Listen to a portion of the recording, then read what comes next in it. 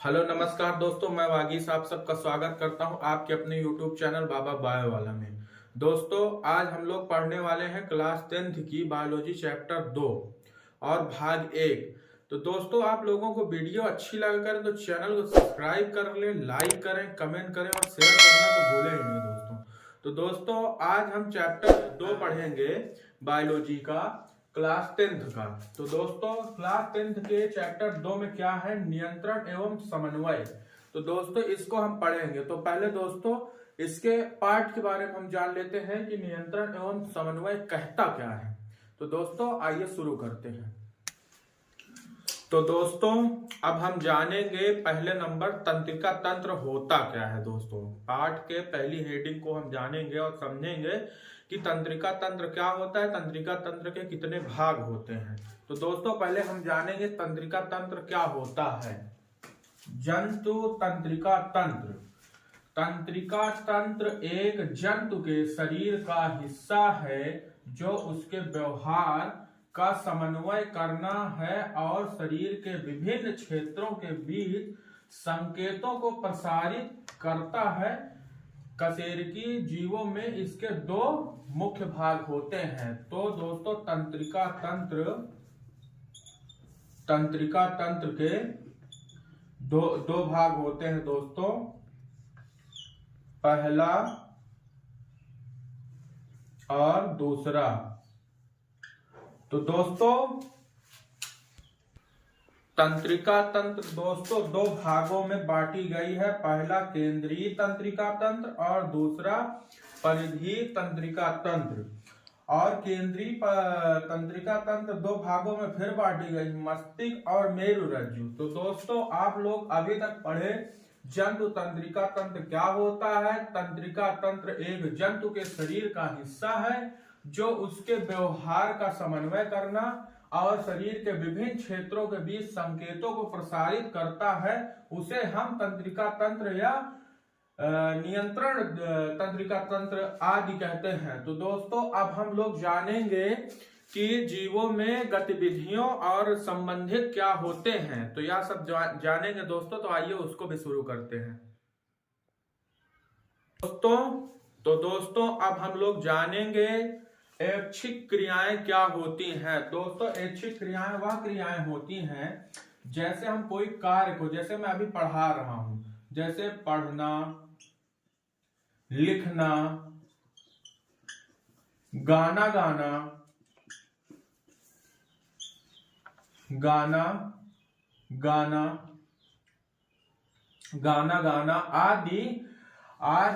गाना आदि कार्य को ऐच्छिक क्रियाएं बोलते हैं दोस्तों। और अनैच्छिक क्रियाएं क्या है? जो कार्य को हम ना चाहते हो वह कार्य हो जाए, जैसे दिल का धड़कना, श्वास लेना आदि क्रियाएं होती हैं, तो उसको हम ऐच्छिक क्रियाएं बोलते हैं। और प्रतिवर्ती क्रियाएं क्या होती है दोस्तों? जैसे अचानक से हम खड़े हैं, अचानक हम खड़े हैं और फिर दौड़कर चलने लगे, तो उस क्रिया को हम क्या बोलेंगे दोस्तों? प्रतिवर्ती क्रिया बोलेंगे दोस्तों। तो दोस्तों, हमारे शरीर में 5 ज्ञानेंद्रियां होती हैं जिससे हमें पता चलता है कि हमारा कार्य क्या होता है या हमारी गतिविधियां क्या होती हैं। तो उसको भी जान लेते हैं दोस्तों। 5 ज्ञानेंद्रियां क्या होती हैं और कितने प्रकार की होती हैं, यह सब हम पहले जानेंगे दोस्तों। तो ज्ञानेंद्रियां जो है, ज्ञानेंद्रियां 5 प्रकार की होती हैं। तो उसको भी जान लेते हैं दोस्तों। पहला, दूसरा, तीसरा, चौथा और पांचवा। पहला हो गया आंख, नाक, कान, जीभ और त्वचा। इन सब का काम क्या होता है दोस्तों, वो भी हम जानेंगे।